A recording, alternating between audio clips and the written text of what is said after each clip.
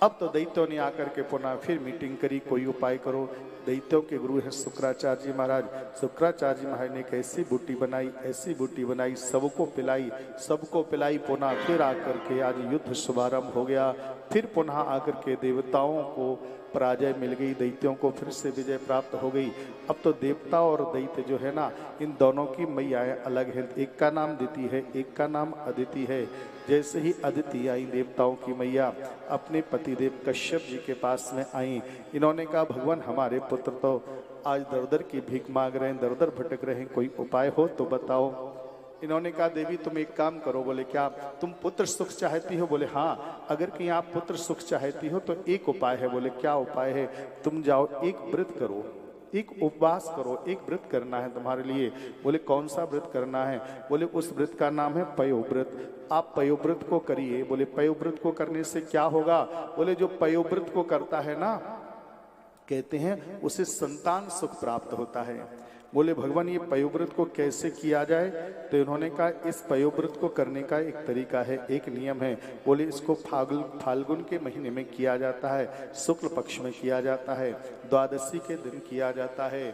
कोई सुबह सुबह ब्रह्म मुहूर्त में नदी या तालाब के किनारे जाएं, वहां जाकर के सूअर के द्वारा खोदी हुई मिट्टी को देखें, और सूअर के द्वारा खोदी हुई मिट्टी को क्या करना चाहिए? सारे अंग से लेपन करो। लेपन करने के बाद में और फिर भगवान से निवेदन करो, वराह भगवान से, हे वराह भगवान आपने पृथ्वी देवी का जैसे उद्धार किया था, आप मेरा भी कल्याण करो, मेरा भी उद्धार करो। भगवान से निवेदन करते करते केवल गाय के दूध को ही पान करके और जो व्रत को करता है उसकी समस्त मनोकामनाएं पूर्ण हुआ करती हैं। इन्होंने पयोव्रत को किया। पयोव्रत का ऐसा प्रभाव भगवान प्रकट हो गए। भगवान ने कहा देवी कुछ वरदान मांग लो, कुछ मांग लो, क्या चाहती हो? बोले संतान। बोले संतान प्राप्त हो जाएगी। बोले ऐसी नहीं, आपके जैसी चाहिए। भगवान ने कहा मेरे जैसा तो मैं ही हूँ। बोले भगवान ये तुम्हारा मैटर है, मुझे तो संतान चाहिए, लेकिन आपके जैसी चाहिए। भगवान की अंतरात्मा से ज्योति निकली, इनके घर में प्रविष्ट हुई। जैसे इनके घर में प्रविष्ट हुई, कहते हैं इनके घर में भगवान का आगमन हो गया। कहते नवमास परिपूर्ण हुए, और जैसे नवमास परिपूर्ण हुए, भादों का महीना आया, शुक्ल पक्ष आया, श्रवण नक्षत्र आया, द्वादशी तिथि आई, अभिजित मुहूर्त आया। अभिजित मुहूर्त में ही वामन भगवान का प्राकट्य हो गया। बोलिए वामन भगवान की जय। वामन भगवान जन्म लेते ही वामन अंगुल के थे, बटुक से वामन भगवान, लेकिन जन्म लेते ही ये 7 वर्ष की उम्र के हुए, इसलिए भागवत जी में इनकी बाल लीलाएं नहीं आई हैं। वामन भगवान का प्राकट हुआ,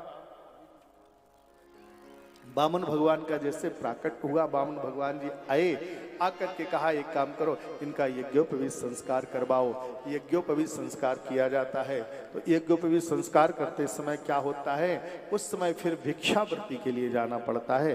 जो भिक्षा के लिए गए, माँ के पास में गए, तो माँ ने क्या किया, इनके लिए कोपिन दे दी। इन्होंने पिताजी के पास में गए तो एक मेखला दे दिया, स्वर्ग के पास में गए तो छत्र दे दिया, चंद्र के पास में गए तो दंड दे दिया, ब्रह्मा जी के पास में गए तो इन्होंने आकर के जपमाला दे दी, सरस्वती के पास में आए तो इन्होंने आकर के कमंडलू दे दिया। जैसे ही सरस्वती के पास में आए, रुद्राक्ष की माला लेकर के और भगवान का भजन करना शुभारंभ कर दिया। तुरंत आए, 7 वर्ष में शिक्षा के लिए, विद्या अध्ययन करने के लिए इनको गुरुकुल भेज दिया गया।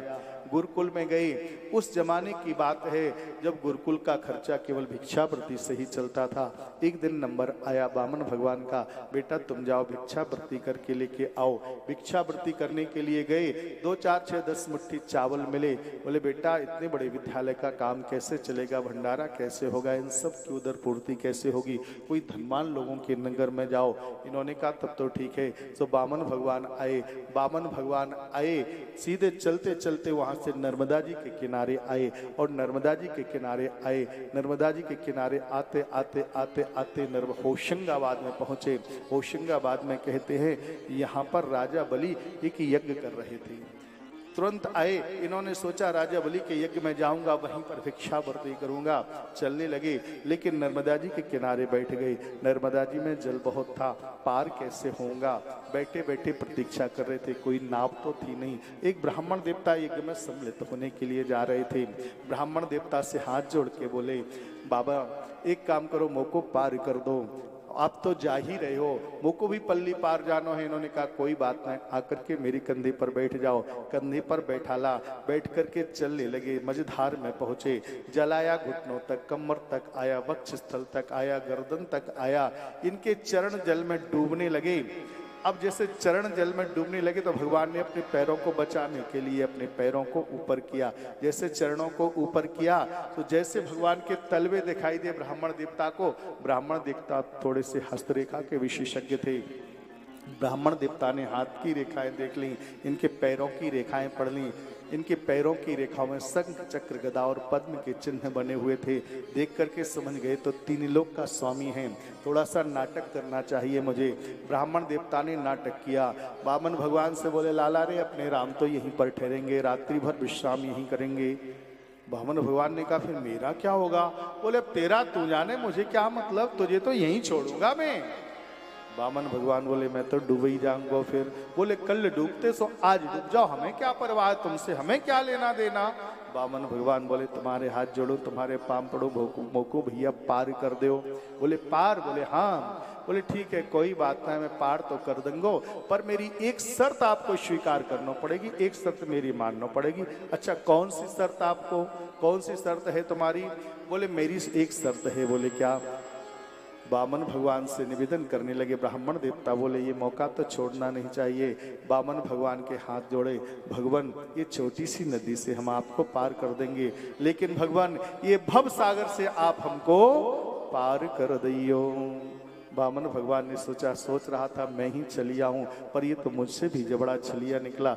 चल कोई बात नहीं भैया, तो को पार जरूर कर देंगे, पर काहुते कहीं ओ मती।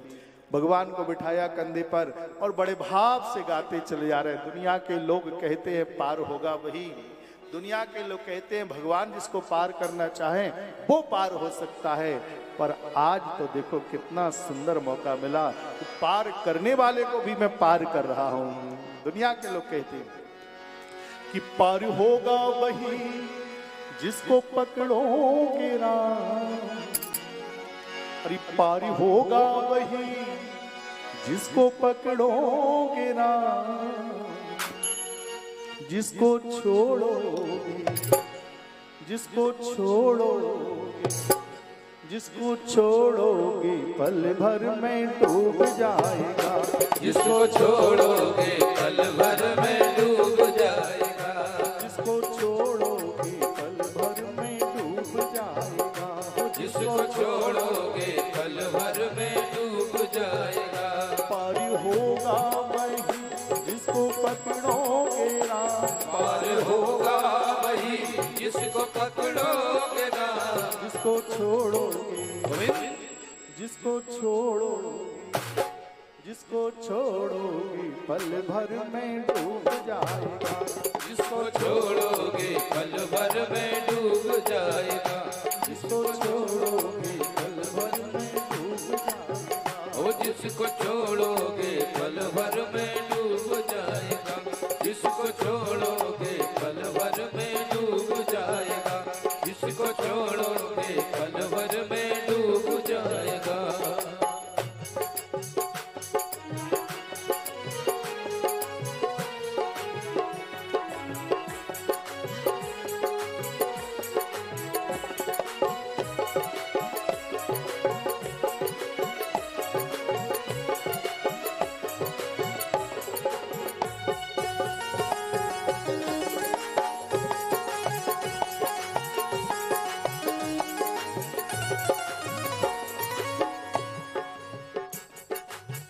भगवान वही पार हो सकता है जिसको आप पार करना, जिसको आप पार करना चाहोगे ना वही तो पार होगा, और जिसको नहीं पार करना चाहोगे ना वो कभी पार हो नहीं सकता है। आए जैसे वामन भगवान को पार किया, वामन भगवान तो पार हो गए, जैसे मेरे प्रभु पार हुए, भगवान को छोड़ दिया, भगवान वहां से चलने लगे। और जैसे भगवान चलने लगे राजा बलि की दृष्टि पहुंची, और राजा बलि की जैसे नजर पहुंची बटुक से ब्राह्मण के ऊपर, और बटुक से ब्राह्मण को देखा, मोहित हो गए। ऐसा संत आज तक नहीं देखा मैंने। तुरंत आए, आकर के इनको उठा लिया, हृदय से लगा लिया, और हृदय से लगा करके ऊंचे सिंहासन पर जाकर के बैठा दिया। ऊंचे सिंहासन पर बिठाल करके आज इनके चरणों के नीचे बैठ गए और जैसे चरणों के पास में बैठे कहने लगे, आज सच बात है, आज हमारे देवता तृप्त हो गए, आज हमारे सारे कुल देवता तृप्त हो गए, आज हमारा सौभाग्य जागा है। भगवान हम तुम्हारा स्वागत करते हैं।